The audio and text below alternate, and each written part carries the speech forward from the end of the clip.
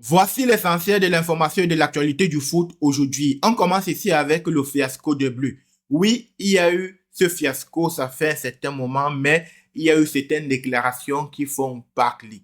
Tout simplement, le capitaine des Bleus n'aurait tout simplement pas compris le non-respect des consignes de marquage individuel. En effet, c'est ce qu'il aurait tout simplement exprimé. Car il se peut que Didier Deschamps ait demandé à la seconde période qu'il fasse en tout cas le marquage individuel. C'est au tour de Ousmane Dembélé d'exprimer également de son côté, tout simplement, ou alors d'apporter des critiques tout simplement sur le fait qu'il n'y aurait tout simplement pas eu de suivi lorsque le pressing aurait été déclenché de sa part. Voilà donc les déclarations qui font mouche, bien évidemment, lorsqu'il n'y a pas la victoire, bien évidemment, qu'il y a certaines déclarations. Il y a de la frustration et ça pousse à ce type de déclaration. Pour ce qui concerne Saliba ici, là, il faut noter aujourd'hui une absence de 4 à 5 mois. Oui, parce qu'il est sorti en cours du match et puis encore à la première mi-temps. Celui qui accompagnait Upamecano depuis le début de cette Coupe du Monde et qui tenait tout simplement là-bas aujourd'hui, ce jour-là, tout simplement, son dos a lâché. Donc, il va donc probablement passer par la case opération. Continuons maintenant ici avec les Zidane. On sait déjà que Didier Deschamps va tout simplement quitter ses fonctions dès la fin de ce mondial. Il faut noter qu'il reste encore un match. Donc, après ce match, ça sera donc fini pour les Deschamps, qui auraient tout simplement fait 14 ans à la tête des Bleus. Maintenant, voilà donc les Zidane qui va donc commencer. Et ce qui marque déjà les esprits en réalité, c'est son staff. En réalité, il voudrait étoffer le staff des Bleus, allant jusqu'à plus de 25 membres du staff. Et il vise également certains anciens gloires pour composer ce staff. Voilà donc les nouveautés que Zidane aimerait apporter.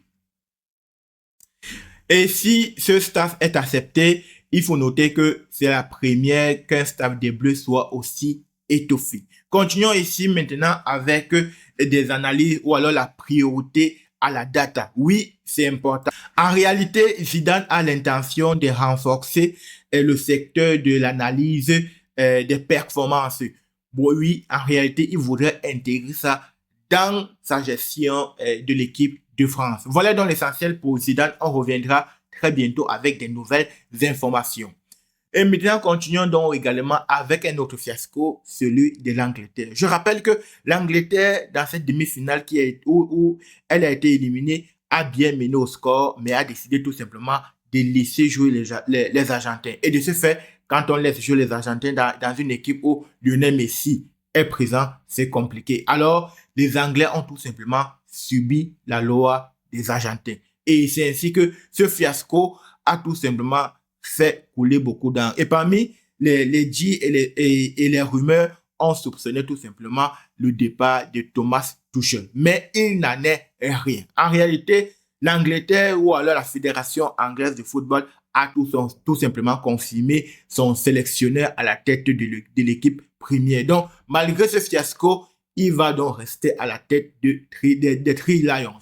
Maintenant, continuons ici avec la finale qui nous attend. Oui, le rendez-vous est pris et c'est pour dimanche. En réalité, cette finale, ça va donc être entre Lionel Messi et puis Lamine Yamal. C'est deux générations. Il faut noter 20 ans les séparent. Oui, quand Lionel Messi avait 20 ans, c'est là où Lamine Yamal est né. En réalité, d'un côté, on a Lamine qui a tout simplement 19 ans et Lionel Messi qui a aujourd'hui 39 ans. Oui, 20 ans les séparent. Ils vont donc s'affronter en Coupe du Monde dans une finale de haut niveau. Oui, c'est bien ce qui va se passer. On continue ici avec le mercato où tout simplement 25 millions pour le départ d'Alexandre Golovin. Oui, il prend tout simplement la direction de la Russie. Il était arrivé en Monaco, ça fait déjà plusieurs années. Aujourd'hui, il est donc sur le départ où il va rejoindre un club russe. On continue ici avec tout simplement certaines officialisations. En réalité, Diego Coppola qui arrive tout simplement au Paris Saint-Germain. Le défenseur va donc tout simplement intégrer du moins être le nouveau joueur de Paris FC. Et puis également Mauro Icardi qui a finalement quitté Galatasaray. Il est donc aujourd'hui sans club. Il faut noter qu'il a 23 ans.